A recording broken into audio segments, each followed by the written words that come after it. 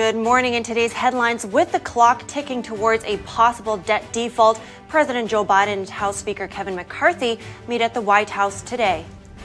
The G7 summit in Japan wraps up. Hear what Biden had to say about Ukraine and U.S.-China relations on the closing day. Suffolk County lawmakers in New York moved to block Mayor Eric Adams from sending illegal immigrants to their community. Adams asks Biden for help with the crisis. SpaceX launches its second all-private astronaut mission into space. We have details of the week-long stay at the International Space Station. And a 93-year-old grandma and her grandson take the trip of a lifetime. We delve into their 7-year road trip to every national park in the U.S.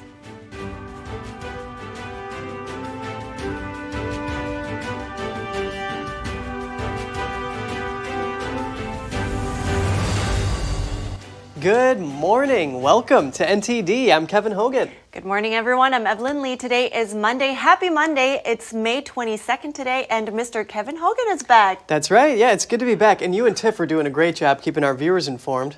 Thanks. Yeah, we had some fun with it, but you know how it is. Oh, yeah, and that's good that you're able to keep that positivity despite all the challenges the nation's facing. Yeah, speaking of challenges, we start with our top news, debt ceiling talks. President Joe Biden and House Speaker Kevin McCarthy are scheduled to meet at the White House today. The pair will have another discussion about the debt limit. NTD's Daniel Monahan has more on the ongoing debt ceiling negotiations.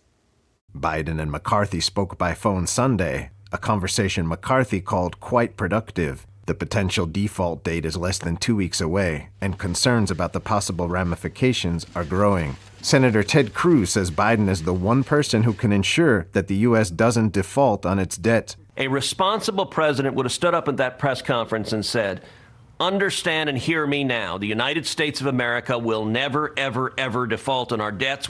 House Speaker Kevin McCarthy says Biden needs to get away from the socialist wing of the Democratic Party and represent America. The president keeps changing positions. Every time Bernie Sanders has a press conference, he gets reacted and he shifts. The House Speaker doubled down on Republican demands for spending cuts. I do not think it's extreme that we simply say we should spend less than we spent this year. Meanwhile, The Hill reported that Biden projected confidence over the weekend when asked about the looming debt ceiling deadline. Mr. President, how concerned are you about the debt talks at home? Not at all. This goes in stages. Mr. I've President, been in these negotiations before. It started off, shush up, okay? Thank you. House Budget Committee Chair Jody Arrington criticized Biden's call for tax increases as part of a debt limit deal. We're heading into recession. The last thing we want to do is add another tax. According to Treasury Secretary Janet Yellen on Meet the Press, time is running low for Biden and McCarthy. We expect to be unable to pay all of our bills in early June and possibly as soon as June 1st.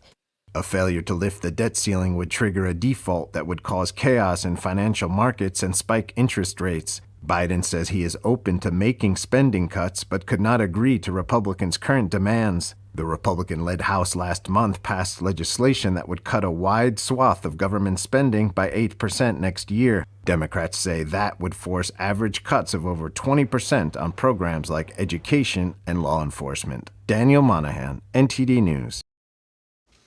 And while the focus is on Washington in hopes of a compromise, we want to turn your attention to foreign affairs. The Group of Seven wrapped up their 3-day summit in Japan yesterday. President Biden stressed commitment to helping Ukraine build up its long-term defense capabilities and suggested a shift in U.S.-China relations is coming soon. NTD's Jeremy Sandberg has more on the G7 weekend meeting. Biden on Sunday said the Group of Seven nations had agreed on a united approach to China to reduce dependence on one country. We're not looking to decouple from China. We're looking to de-risk and diversify our relationship with China. That means taking steps to diversify our supply chains. He reiterated that the U.S. and G7 allies would not trade in materials that would allow China to build weapons of mass destruction, insisting that restricting such materials is not a hostile act. Biden said a conflict with the West is avoidable and cautioned against incursion of Taiwan. We're going to continue to put Taiwan in a position that they can defend themselves, and there is clear understanding among most of our allies that, in fact, if China were to act unilaterally, there would be a response. there would be a response. The U.S. president hinted he could speak with CCP leader Xi Jinping soon. G7 leaders renewed pledges of support for Ukraine during the weekend summit, with the U.S. announcing a new $375 million package of military aid, including artillery and armored vehicles. Russia started this war, and Russia could end it today by withdrawing its troops from Ukraine, internationally recognized borders, and ceasing its assault.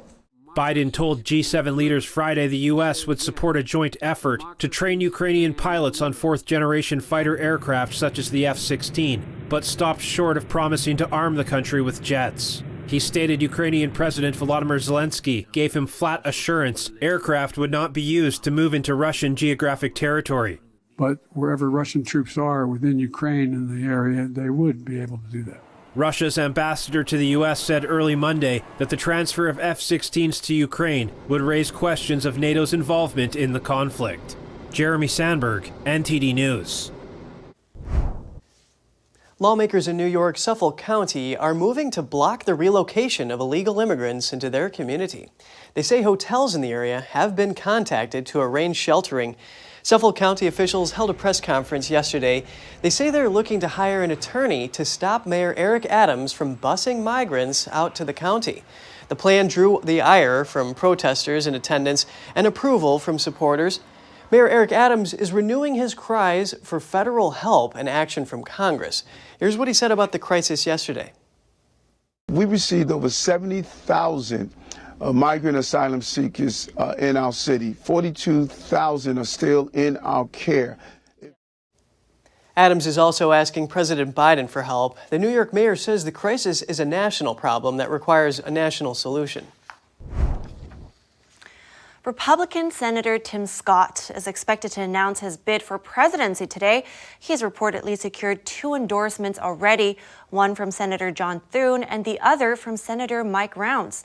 Thune is expected to join Scott's launch event in South Carolina and lead it in prayer. Scott will be joining a crowded field for the GOP nomination. That includes former President Trump, former governors Nikki Haley and Asa Hutchinson, entrepreneur Vivek Ramaswamy, and talk show host Larry Elder. Florida Governor Ron DeSantis is also expected to enter the 2024 presidential race this week. An Arizona lawsuit over voter intimidation at ballot boxes has been settled. The Clean Elections USA group being sued agreed to publicly condemn voter intimidation of any kind. The League of Women Voters of Arizona filed the suit last year. A federal judge issued a temporary restraining order against the activist group. It prevented them from taking pictures or filming voters going within 75 feet of a ballot drop box, openly carrying firearms, or wearing body armor within 250 feet of the boxes. It also required they not speak to anyone dropping off ballots and that they correct any false statements made about election laws. China is banning the United States' largest microchip maker, Micron, from its major firms. The move is widely seen as retaliatory for sanctions imposed by Washington and its allies on China's chip sector. NTD's Jeremy Sandberg reports. China's cyberspace regulators cited national security when it said that Chinese companies working on key infrastructure projects would be barred from buying Micron's products. The decision came 7 weeks after the Cyberspace Administration of China kicked off a cybersecurity review of Micron's products. It said Sunday that the U.S. memory chip maker had failed its network security review. It did not provide any details on what risks it had found. The Chinese regime's broad definition of critical information infrastructure could include sectors ranging from telecoms to transport and finance. Washington has imposed a series of export controls on chip-making technology to China and moved to prevent Micron's Chinese rivals from buying certain American components. The U.S. Department of Commerce said in a statement late Sunday that it firmly opposes restrictions with no basis in fact, and that the action, along with recent raids and targeting of other American firms, is inconsistent with China's assertions that it is opening its markets and committed to a transparent regulatory framework. Micron gets around 10% of its revenue from China. Analysts say the larger chunk of Micron's products flowing into China are purchased by non-Chinese firms for use in products manufactured there. It's not yet clear if the ban will affect the company's sales to non-Chinese customers in the country. Jeremy Sandberg, NTD News. After the break, we ask, did academia fail when it came to discussing COVID-19 mandates? We take a look at what was said at a University of Chicago symposium last week.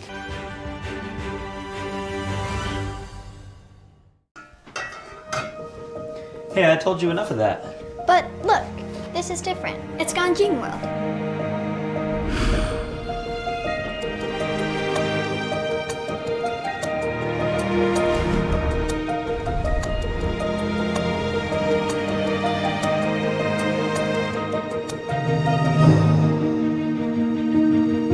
Ganjin World. Family-friendly entertainment.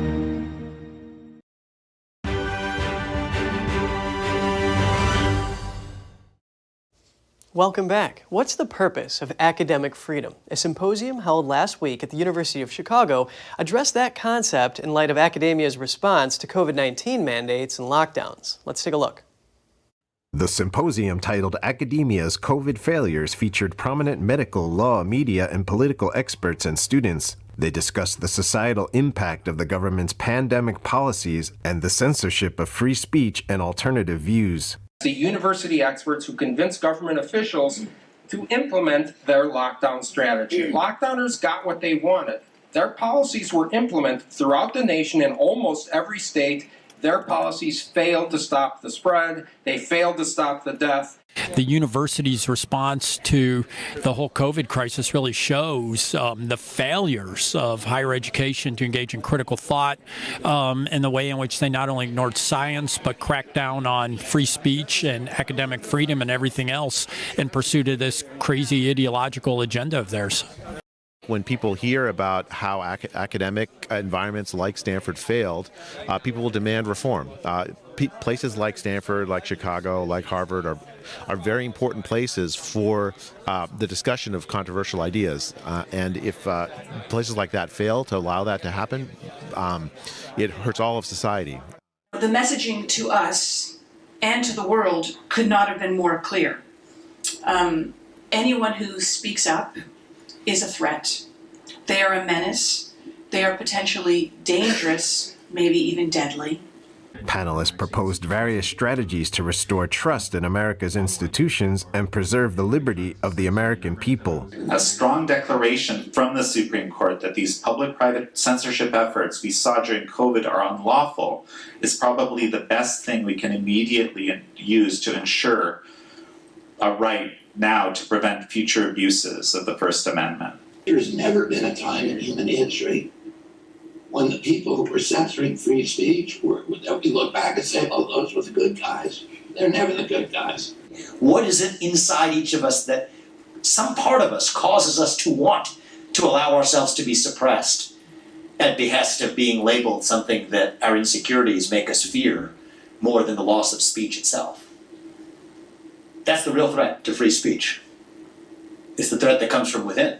To view the entire symposium, visit ntd.com. Reporting by Angela Moy, NTD News, Chicago. The CDC came out with a study to assess different risk behaviors among kids and teens.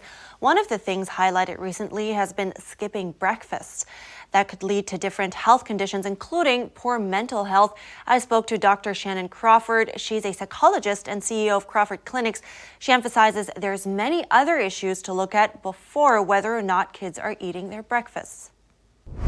So breakfast is the one that the news media picked up and they highlighted. So I think that there's mixed information. Some people would say based on blood type, body type, history of eating disorder, it's important to have breakfast to make sure you're not skipping as a way to diet. But if it helps your blood sugar, it is okay to go without breakfast occasionally. I'm not eating breakfast right now just because I do intermittent fasting. I think the bigger question is the quality of food. And so if kids are turning to junk food that's simple carbs, sugars, processed, genetically modified, that's sluggish and that's not properly feeding the brain.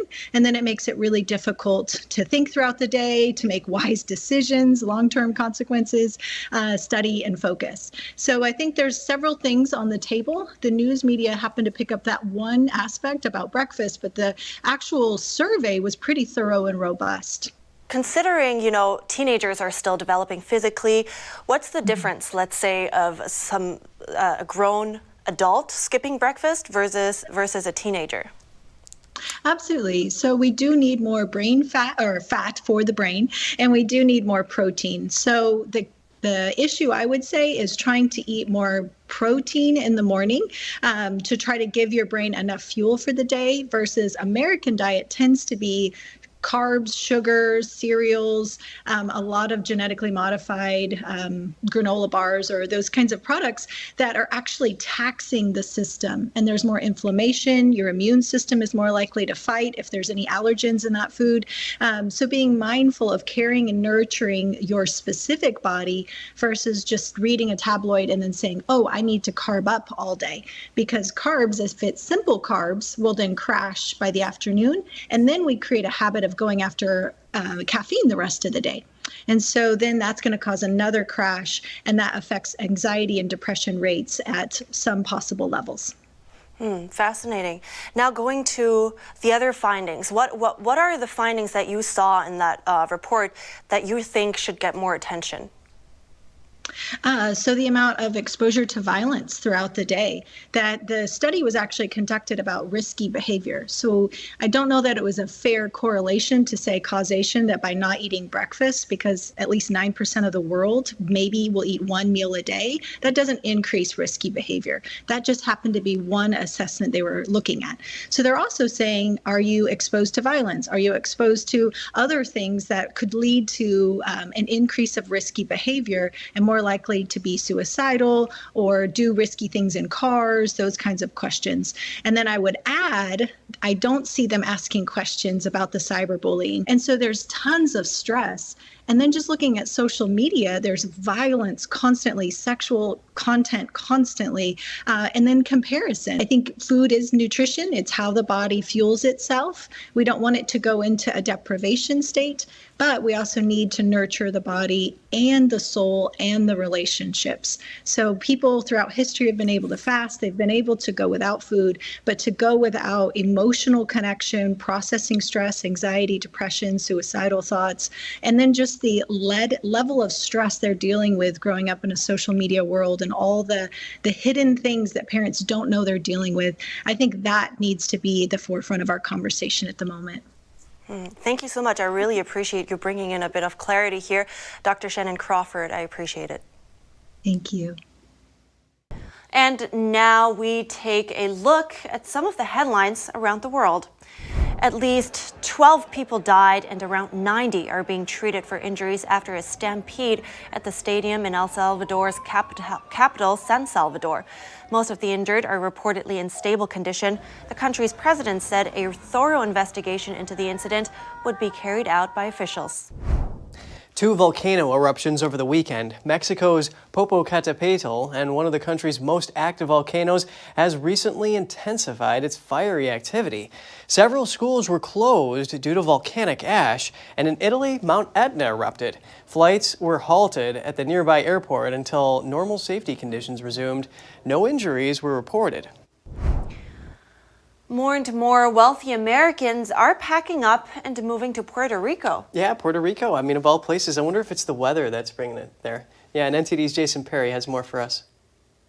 Over the years, more and more wealthy Americans have been moving to Puerto Rico. This includes hedge fund billionaire John Paulson and YouTube entertainer Logan Paul. There are tons of benefits, but we should start probably talking about tax incentives. Act 60 in Puerto Rico, if you move your business to operate from Puerto Rico and became a bona fide resident, it can grant you from 4% tax to no tax at all. Alexandra Amador is a realtor at Alexandra Amador Boutique Real Estate. She's helped many wealthy Americans move to Puerto Rico, from cryptocurrency entrepreneurs to hedge fund managers. Amador says they come mainly for the tax benefits under Act 60. Puerto Rico's government created Act 60 to attract these wealthy people with the ultimate hope of boosting the economy. Under the act, people who meet certain qualifications literally don't need to pay any income tax on income made in Puerto Rico, as well as taxes on interest, dividends, and capital gains. And businesses only have to pay a measly 4% tax when they give services to people outside the country. And besides Act 60, there are other pros as well as cons. You don't need a passport. Obviously, Puerto Rico is a U.S. territory, so that's huge. You know, we use the dollar. Many of the residents are bilingual. The power is kind of so-so. So you will want to have a backup. Either it's a generator, a full backup generator, so you can have, you know, a little bit of your normal life, or you will want to have solar panels or batteries. The hurricanes that have been in Puerto Rico that has hit the island, they come northeast. So, you know, if you have a property that have windows exposed to the northeast, you should definitely have your storm shutters checked. Amador has tips for anyone wanting to move. Consult with a tax professional to make sure Act 60 actually applies to you. And learning Spanish isn't absolutely needed, but would be great. And when buying a house, it helps to have a real estate agent by your side. Coming up, the second SpaceX all-private astronaut mission is underway. 2 Americans and 2 Saudis make up the crew. They will spend a week at the International Space Station. And a grandson gets to make his grandma's dream come true, taking her on an epic journey they'll never forget. Those stories after the break.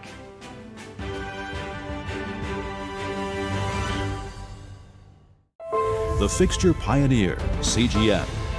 Professional AI intelligent fixtures. All-round integration of 4 systems. High precision, high durability, high quality. 2-micrometer repetition accuracy. More than 80 patent certificates. ISO 9001 approved. Precision clamping to meet your every need. CGM has it all. Pride of Taiwan. CGM. Hi, I'm Smokey Bear, and I made an assistant to help you out, because only you can prevent wildfires. Hey, Assistant Smokey Bear. Call me Papa Bear, because I'm grilling up dinner. Did you get it? Yes, good job. So, what should I do with all these coals? Don't just toss them out. Put them in a metal container because those embers can start a wildfire. I understand. The stakes are high. Ha ha ha ha. See, Smokey thinks I'm funny.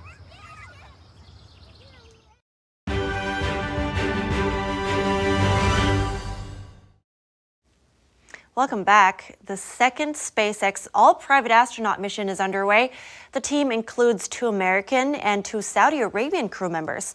The capsule is heading to the International Space Station, where the crew will conduct research and scientific experiments. NTD's Cost Jimenez has more.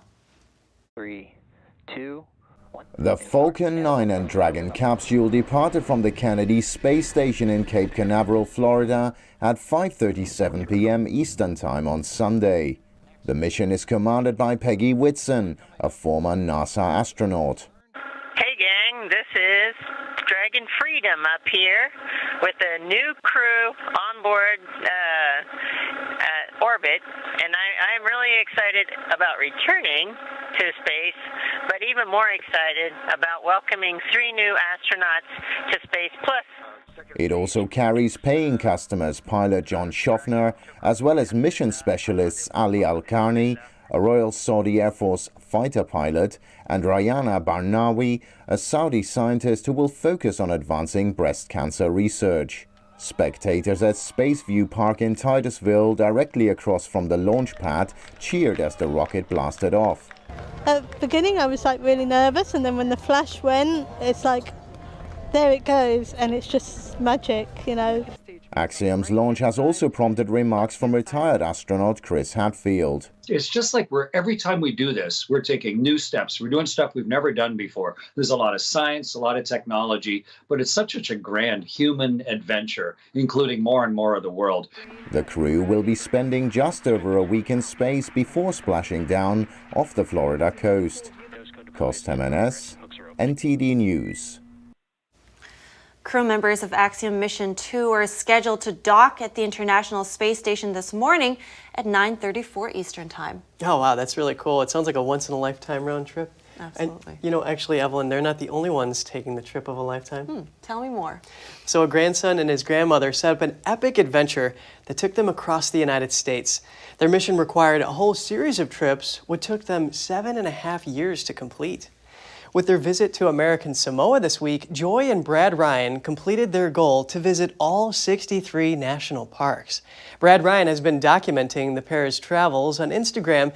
He called the Samoa visit the best place to conclude this epic chapter of Grandma Joy's road trip. Ryan says his 93-year-old grandmother made history as the oldest living person to visit every U.S. national park. The Park Service honored the pair with certificates and a number of other gifts. The idea for the journey came after Grandma Joy told her grandson she had regretted the few trips she had taken in her life up until then. Wow. Wow, that is cool, isn't it? Yeah, it is. Some great 93 scenery. years old, and those road trips are really tiring sometimes. Oh yeah, that's Pretty impressive. Good. And she was doing those rolls. And you know, road trips are awesome. I actually took a 4,800-mile trip over several months. Where'd you go? I went to Texas, down to Terlingua, Big Bend National Park, and then also up to Montana, Big Fork, and then back to Chicago. That's pretty cool. Yeah. Yeah, what a dream road trip. If anybody is following me on Instagram probably knows I have a thing for national parks in the U.S. It's awesome. Oh, that's really nice. All right, that's it for today's program. We're wrapping it up here. We'd love to hear from you at goodmorning@ntd.com if you'd like to write us an email there. Thanks for watching. I'm Evelyn Lee. And I'm Kevin Hogan.